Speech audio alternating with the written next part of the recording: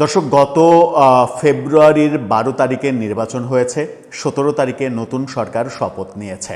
সেনাপ্রধান বলেছিলেন নতুন সরকারের শপথের পরপরই সেনাবাহিনী ব্যারাকে ফিরে যাবে। ১৭ তারিখে নতুন সরকার শপথ নেওয়ার পরে ফেব্রুয়ারি চলে গেছে, মার্চের প্রায় অর্ধেক চলে যেতে শুরু করেছে, অর্ধেক প্রায় চলেই গেছে, 10 দিন চলেই গেল। তো এরকম অবস্থাতেও আমরা সেনাবাহিনীকে ব্যারাকে ফিরে যাওয়ার কোনো ব্যাপার তো দেখছিই না, বরং সেনাবাহিনীকে বড় বড় দায়িত্বে ইনভলভ করছে সরকার। তাহলে প্রশ্ন আসছে, সেনাবাহিনী কি ব্যারাকে ফিরে যাবে না? সেনাবাহিনী কি এভাবে মাঠেই থাকবে? প্রফেসর ইউনূস সরকারের আমলের যে অরাজকতা, সেই অরাজকতা কি এখনও থামানো যাচ্ছে না? সেনাবাহিনী বাদে পুলিশের ওপরে কি আস্থা রাখা যাচ্ছে না? সরকার নতুন একটা সিদ্ধান্ত নিয়েছে, জ্বালানি তেলের যে সংকট, সেই সংকট মোকাবেলার জন্য জ্বালানি তেলের যে ডিপোগুলো রয়েছে, সেই ডিপো পাহারা দিতে হবে সেনাবাহিনীকে। তাহলে প্রশ্ন আসে, সেনাবাহিনী কবে ব্যারাকে ফিরবে? চলুন একটু সেনাবাহিনী কবে ব্যারাকে ফিরবে, এর পাশাপাশি জ্বালানি তেলের ভয়াবহ অবস্থাটা কি, কত দিনের মজুত বাংলাদেশে ডিজেল, অকটেন এবং পেট্রোলের রয়েছে, কি অবস্থা দাঁড়াচ্ছে, গতকালকে কতটুকু ডিজেল বাংলাদেশে আসলো, ভারতের কাছ থেকে ডিজেল অতিরিক্ত চাওয়া হলো, সেটা পূর্ণ হবে কি না, ভারত বাংলাদেশ যে তেল আনা নেওয়ার যে পাইপলাইন, সেই পাইপলাইন প্রফেসর ইউনূস সরকারের আমলে বন্ধ রাখা হয়েছিল, সেটা আবার চালু করতে পারবে কি না, সেই ব্যাপারগুলো বুঝে ওঠার চেষ্টা করি যে আগামী কতদিন পর্যন্ত আমরা জ্বালানি নিজেদের কাছে যতটুকু মজুদ আছে সেই মজুদ দিয়ে আগামী কতদিন চলতে পারবো। সেটা 10 দিন, 15 দিন, 17 দিন নাকি 25 দিন? সেই আলোচনাই করব এই ভিডিওতে। থাকবেন পলিটিক্স টিভির নিয়মিত আয়োজনে।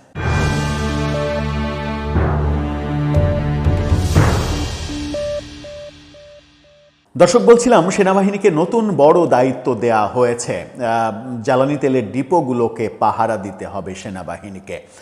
কেন এই সিদ্ধান্ত, কেন সেটা সেনাবাহিনীকে লাগবে, কেন সেটা পুলিশকে দেওয়া হবে না, এই প্রশ্ন এখানে উত্থাপিত হতেই পারে। কারণ সেনাবাহিনীর ব্যারাকে ফিরে যাওয়ার কথা অনেক দিন থেকে সেনাপ্রধান বলছিলেন যে নির্বাচনের পরপরই, নির্বাচনের 1 সপ্তাহের মধ্যে সেনাবাহিনী ব্যারাকে ফিরে যাবে। কিন্তু নির্বাচনের 1 মাস হয়ে গেল, এখনও সেনাবাহিনী মাঠে রয়েছে। সেনাবাহিনী তারও আগে 1.5 বছর প্রফেসর ইউনূস সরকারের যে অরাজকতা, সেই অরাজকতা মোকাবেলা করতে হিমশিম খেয়েছে। সেনাবাহিনীকে এক নাগাড়ে এইভাবে মাঠে রাখলে সেনাবাহিনীর যে মর্যাদা, সেই মর্যাদা যেমন ক্ষুণ্ণ হয়, তেমনি সেনাবাহিনীর মূল যে দায়িত্ব, স্বাধীনতা সার্বভৌমত্ব রক্ষা, সেই ক্ষেত্রে একটা বড় টান পড়তে পারে যে কোনো সময়, যে কোনো জরুরি প্রয়োজনে। তাহলে সরকার এই তেলের ডিপো পাহারা দেওয়ার জন্য সেনাবাহিনীকে কেন ডাকছে? গণমাধ্যম নিশ্চিত করছে, গণমাধ্যমের শিরোনামটা দেখে নিন। সেখানে বলা হচ্ছে, তেলের প্রধান ডিপোগুলোতে সেনাবাহিনী মোতায়েনের নির্দেশ। এক বার্তায় বিদ্যুৎ, জ্বালানি ও খনিজ সম্পদ মন্ত্রণালয় এই তথ্য জানিয়েছে। এতে জানানো হয়েছে, জ্বালানি তেল বিপণনে উদ্ভূত পরিস্থিতিতে দেশের বিভিন্ন ডিপো হতে কোনো কোনো ক্ষেত্রে ডিলারদের আকস্মিক বর্ধিত চাহিদা অনুযায়ী জ্বালানি তেল পাওয়া যাচ্ছে না বলে জানা যায়। ফলে জ্বালানি তেল বিপণন কোম্পানিগুলোর চট্টগ্রাম মহানগরীর পতেঙ্গায় প্রধান স্থাপনা সহ প্রধান প্রধান ডিপোগুলোতে, অর্থাৎ খুলনা জেলার দৌলতপুর, সিরাজগঞ্জ জেলার বাঘাবাড়ি, নারায়ণগঞ্জ জেলার গোদনাইল ও ফতুল্লা, দিনাজপুর জেলার পার্বতীপুর ও বরিশাল ডিপোতে অনাকাঙ্ক্ষিত পরিস্থিতি সৃষ্টির সম্ভাবনা রয়েছে। সেগুলো মোকাবেলার জন্য সেনাবাহিনীকে দায়িত্ব দেয়া হয়েছে। এই যে দায়িত্ব দেয়া হলো, এই দায়িত্ব দেওয়ার মাঝখানেই আমরা খবর পাচ্ছি, আরেকটি খবর দেখে নিন। সেখানে বলা হচ্ছে যে ২৭,০০০ টন ডিজেল নিয়ে জাহাজ এলো চট্টগ্রাম বন্দরে। গতকালকে একটা জাহাজ এসেছে ২৭,০০০ টন ডিজেল নিয়ে। ২৭,০০০ টন ডিজেল কতটুকু সময় চলা সম্ভব এই ডিজেলে, সেটা আমাদেরকে নিশ্চয়ই জানতে হবে। সেটা জানতে হলে আমাদেরকে জানতে হবে যে বাংলাদেশে প্রতিদিন ডিজেলের চাহিদা কত। তথ্য বলছে, বাংলাদেশে প্রতিদিন জ্বালানি তেলের চাহিদা হচ্ছে কমপক্ষে ১৪,০০০ টন। ১৪,০০০ টন এই জ্বালানি চাহিদার মধ্যে ১২,০০০ টন চাহিদা হচ্ছে ডিজেলের। তো যদি ১২,০০০ টন চাহিদা ডিজেলের হয়, ২৭,০০০ টন গতকালকে এসেছে, সেটা ২.৫ দিন চলবে। আড়াই দিনও চলবে না। 12 দুগুণে 24 আর 3 মানে 2 দিন সামথিং সময় চলবে এই ডিজেল দিয়ে। সেরকম পরিমাণের ডিজেল গতকালকে এসেছে। ভারতের কাছ থেকে অতিরিক্ত 50,000 টন ডিজেল চাওয়া হয়েছে। সেটা যদি আসে তাহলে সেটা দিয়ে 4 দিন চলবে। তাহলে জানতে হবে, আরেকটু জানি যে দৈনিক হিসেবে দেশে প্রায় বছরে যে চাহিদা, মাসে যে চাহিদা 3,80,00,000 ton, 3.80 lakh ton, 3.80 lakh ton মাসে চাহিদা। এই চাহিদার মধ্যে রয়েছে অকটেনের চাহিদা রয়েছে সেটা হচ্ছে যে 1200, পেট্রোলের চাহিদা 1200 এবং অকটেনের চাহিদা 1100 টন। এই তথ্য হচ্ছে একটা সার্বজনীন তথ্য।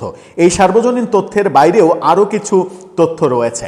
বিপিসির তথ্য অনুযায়ী বিপিসি দাবি করছে দেশে ডিজেলের মজুত ক্ষমতা, মানে ডিজেল সংরক্ষণ করার ক্ষমতা হচ্ছে 6,24,179 মেট্রিক টন। 6,24,179 মেট্রিক টন এটা মজুদের সক্ষমতা রয়েছে। বর্তমানে ডিজেল মজুদ রয়েছে 1,20,227 মেট্রিক টন। দৈনিক 9,022 মেট্রিক টন সরবরাহ করলে এই মজুদ চলবে 13 দিন।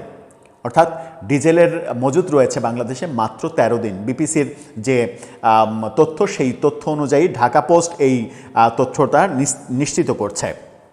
বিপিসি বলছে যে 13ই মার্চের মধ্যে 1,47,205 টন ডিজেল নিয়ে 5টি জাহাজ দেশে ফিরবে। গতকালকে 27,000 মেট্রিক টন নিয়ে এসেছে।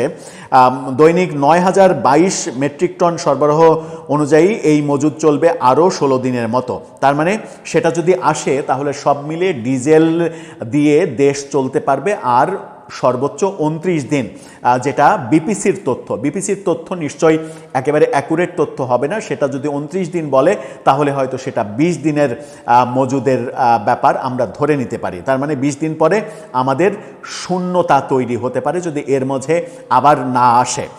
পেট্রোলের চাহিদা কত কিংবা মজুদ কতটুকু আছে চলুন দেখি। দেশে পেট্রোলের মজুদ ক্ষমতা 37,013 টন।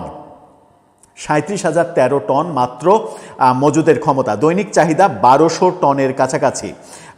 গত 7 মার্চ অনেক তথ্য রয়েছে, সেই হিসেবে পেট্রোলের আগামী 17 দিনের মজুদ রয়েছে।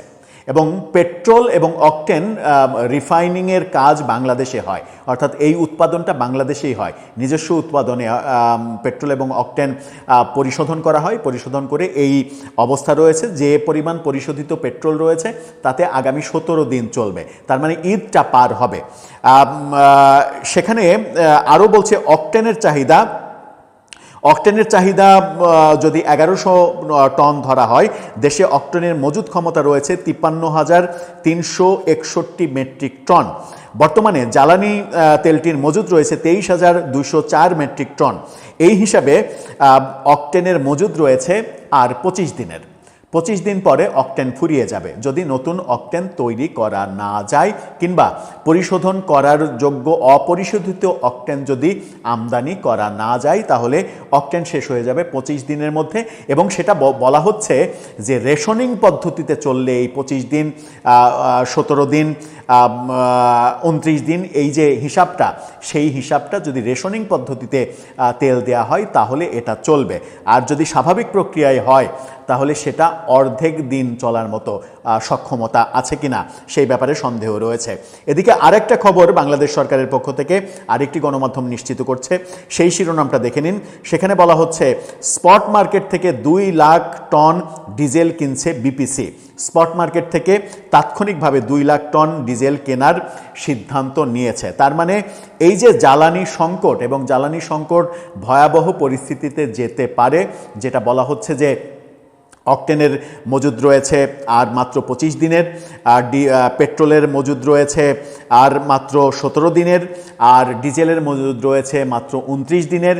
তারপরেও সেটা রেশনিং পদ্ধতিতে দিলে এই মজুদটা আছে।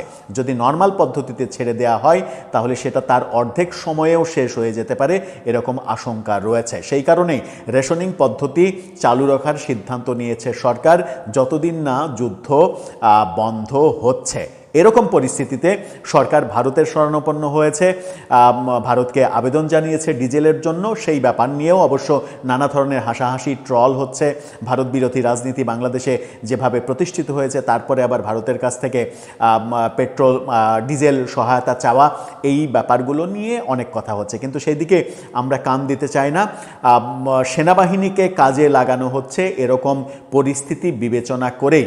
তার মানে ধারণা করা যেতেই পারে যে সেনাবাহিনী মাঠে থাকবে হয়তো ইরান ইসরায়েল যুদ্ধ চলা পর্যন্ত।